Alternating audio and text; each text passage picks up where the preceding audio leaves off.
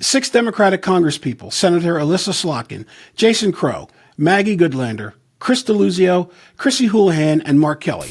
I'm Senator Elissa Slotkin. Senator Mark Kelly. Representative Chris Deluzio. Congresswoman Maggie Goodlander. Representative Chrissy Houlihan. Congressman Jason Crow. I was a captain in the United States Navy. Former CIA officer. Former Navy. Former paratrooper and Army Ranger. Former intelligence officer. Former Air Force. We want to speak directly to members of the military and the intelligence community who take risks each day to keep Americans safe. We know you are under enormous stress and pressure right now. Americans trust their military. But that trust is at risk. This administration is pitting our uniformed military and intelligence community professionals against American citizens. Like us. You all swore an oath to protect and defend this Constitution. And right now, the threats to our Constitution aren't just coming from abroad, but from right here at home. Our laws are clear.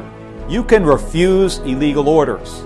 You can refuse illegal orders. You must refuse illegal orders. No one has to carry out orders that violate the law or our Constitution. We know this is hard and that it's a difficult time to be a public servant. But whether you're serving in the CIA, the Army, or Navy, the Air Force, your vigilance is critical. And know that we have your back.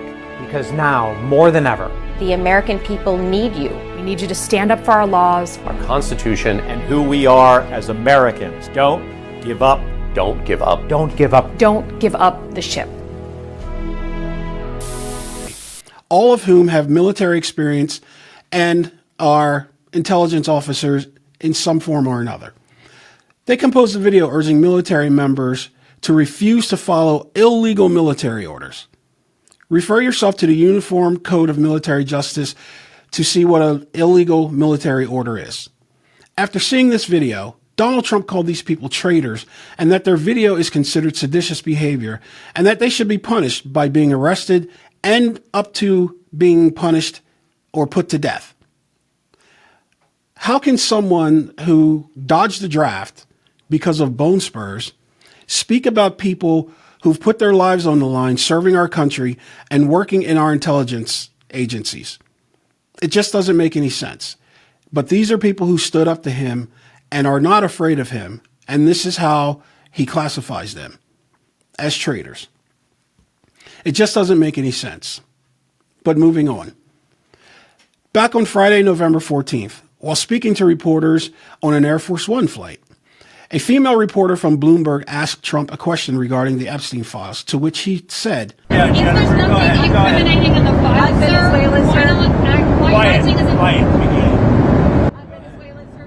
That reporter was Catherine Lucy from Bloomberg. She's not commented on the exchange, but she has drawn the president's ire before, saying that Trump has said, rather, that he doesn't know why Bloomberg employs her.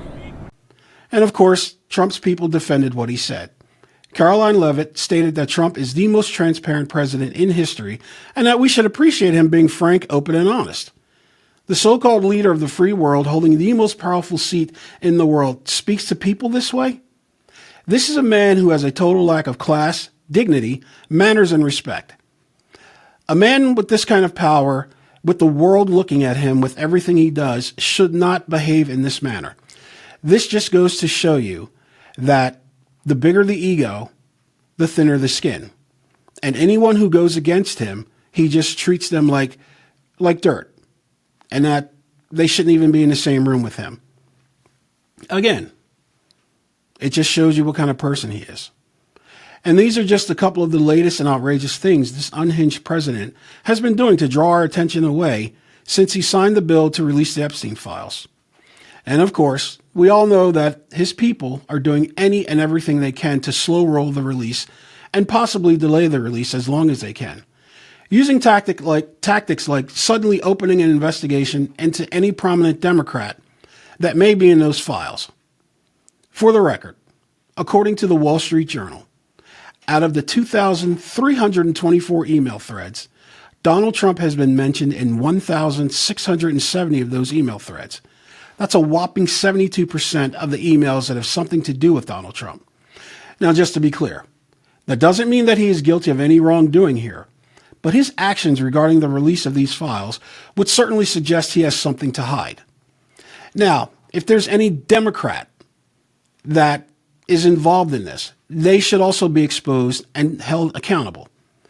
But this man has become desperate over the past few weeks because he knows that the walls are closing in on him and he's losing support from his own people. So he will do and say anything to draw our attention away from the Epstein files, which makes him even more dangerous. No telling what he will do, and we don't know where his bottom is. So we have to be careful, and we have to stay on point with this guy, and we have to push back with anything and everything that he does. Hi, Ruben here for AT News America. If you're enjoying what you're seeing here, I'd like to ask you to give us a thumbs up and subscribe to AT News America. It really helps.